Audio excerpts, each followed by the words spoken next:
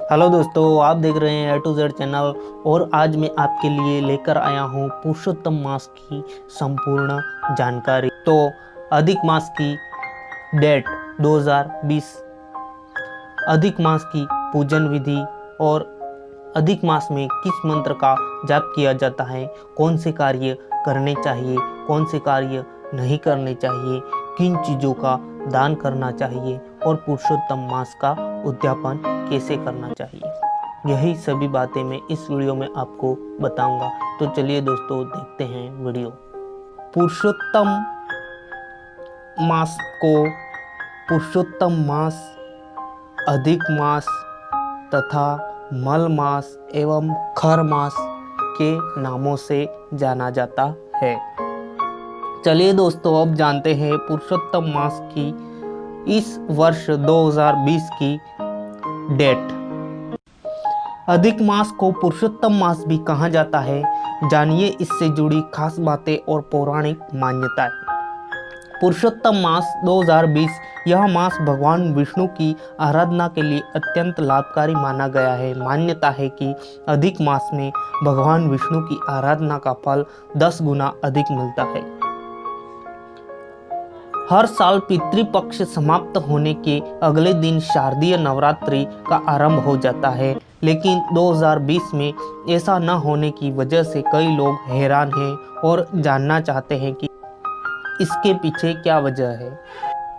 बता दें कि हिंदू पंचांग के मुताबिक हर 3 साल में चंद्रमा और सूर्य के बीच संतुलन स्थापित करने के लिए अधिक मास आता है। इस मास को मल मास और पुरुषोत्तम मास भी कहा जाता है। इस साल अधिक मास 18 सितंबर शुक्रवार से शुरू होकर 16 अक्टूबर शुक्रवार तक रहेगा। अब जानते हैं अधिक मास की पूजन विधि। जिस मास में सूर्य क्रांति न हो वह मास अधिक मास होता है। अधिक मास 32 मास 16 दिन और 4 घड़ी के अंतर में आया करता है। लोक व्यवहार और धार्मिक दृष्टि से अधिक मास को पुरुषोत्तम मास कहा जाता है। प्रातः स्नान नित्य कर्म करके भगवान पुरुषोत्तम को हृदय में रखकर व्रत या उपवास करें। पूजा स्थान पर अगर चौकी पर कलश रखकर उस पर पात्र में चावल रखकर उसमें राधा कृष्ण की या पुरुषोत्तम भगवान की मूर्ति रखकर विधि पूर्वक सप्रेम षोडशोपचार विधि से पूजन करें। इस मास में व्यक्ति द्वारा जो भी व्रत, उपवास, दान, पुण्य, पूजा आदि किए जाते हैं उसका कई गुना फल मिलता है, इसलिए इसे पुरुषोत्तम मास कहते हैं। लक्ष्मी सहित नारायण का अधिक मास में षोडशोपचार पूजन करने का विशेष महत्व है। लक्ष्मी और नारायण को विविध नामों से बोलकर पूजा करने के पश्चात पुष्प अर्पित करना चाहिए। पूजा के अंत में जल पात्र में कुमकुम, अक्षत, पुष्प मंत्रों के साथ चढ़ाना चाहिए। इस मास में घी गुड़ से 33 मालपुए को कांस्य पात्र में रखकर भगवान लक्ष्मी नारायण को अर्पण करना चाहिए। अंत में उनसे प्रार्थना करना चाहिए। इस अधिक मास में व्रत करने से कुरुक्षेत्रादि स्नान, गोदान, भूमिदान, स्वर्णदान आदि के तुल्य फल प्राप्त होता है। अब जानते हैं दोस्तों, पुरुषोत्तम मास में किस मंत्र का जाप करना चाहिए।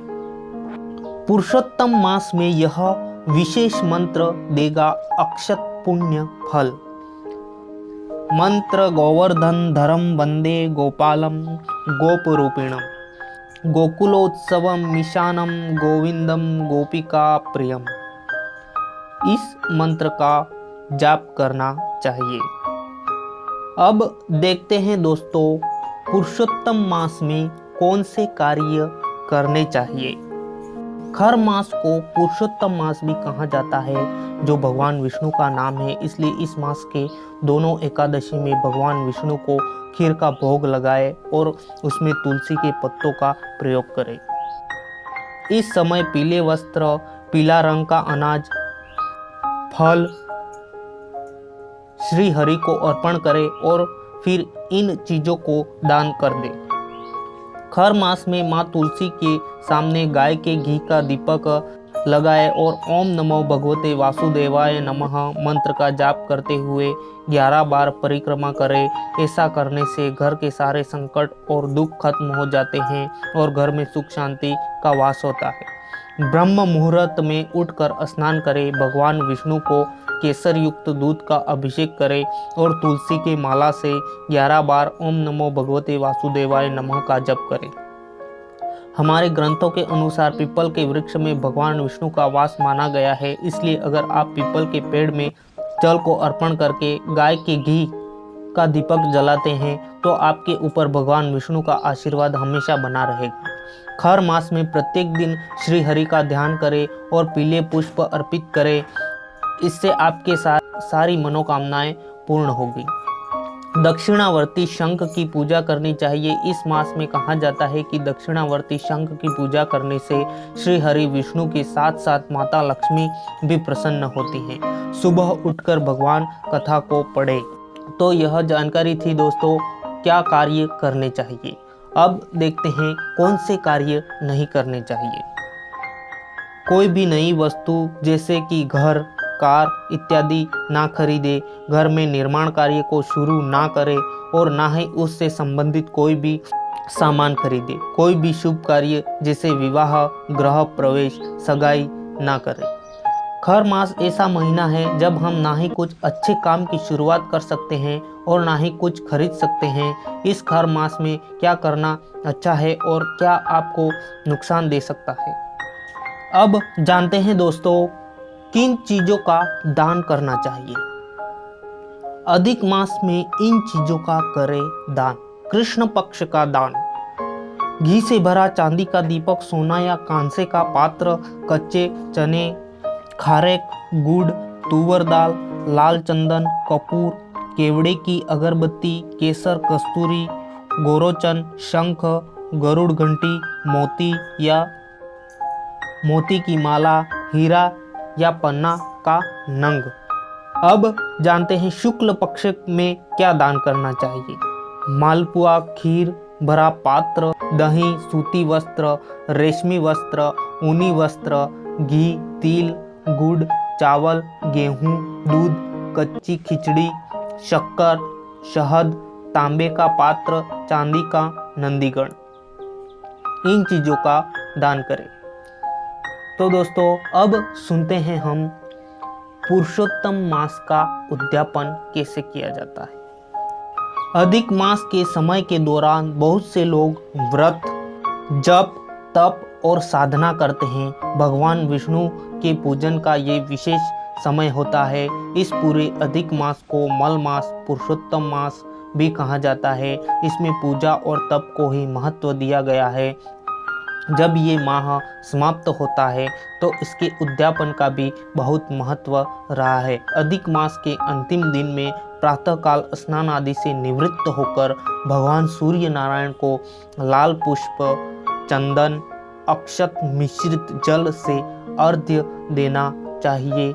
विविध प्रकार के अन्न, वस्त्र, घी, गुड़ और गेहूं के बनाए हुए 33 पुओं को पात्र में रखकर फल, मिष्टान, वस्त्र और दक्षिणा सहित ब्राह्मण को दान करना चाहिए।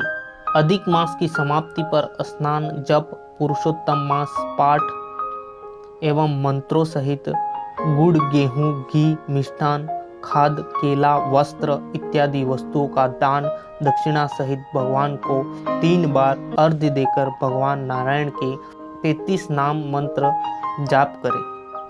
इस 33 विष्णु के 33 नामों को मैं वीडियो के डिस्क्रिप्शन में प्रोवाइड कर दूंगा, तो आप वहां जाकर इन नामों को पढ़ लीजिएगा।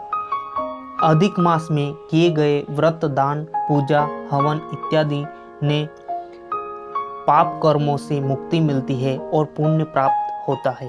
भगवत पुराण तथा अन्य ग्रंथों के अनुसार पुरुषोत्तम मास में किए गए सभी शुभ कर्मों का कई गुना फल प्राप्त होता है। तो थैंक यू सो मच दोस्तों। मेरे द्वारा दी गई जानकारी से अगर आप संतुष्ट हैं तो वीडियो को लाइक कर लीजिए, शेयर कर लीजिए और सब्सक्राइब भी कर लीजिए, ताकि मेरे नए से नए वीडियो आप तक सबसे पहले पहुंच जाए। थैंक यू, धन्यवाद।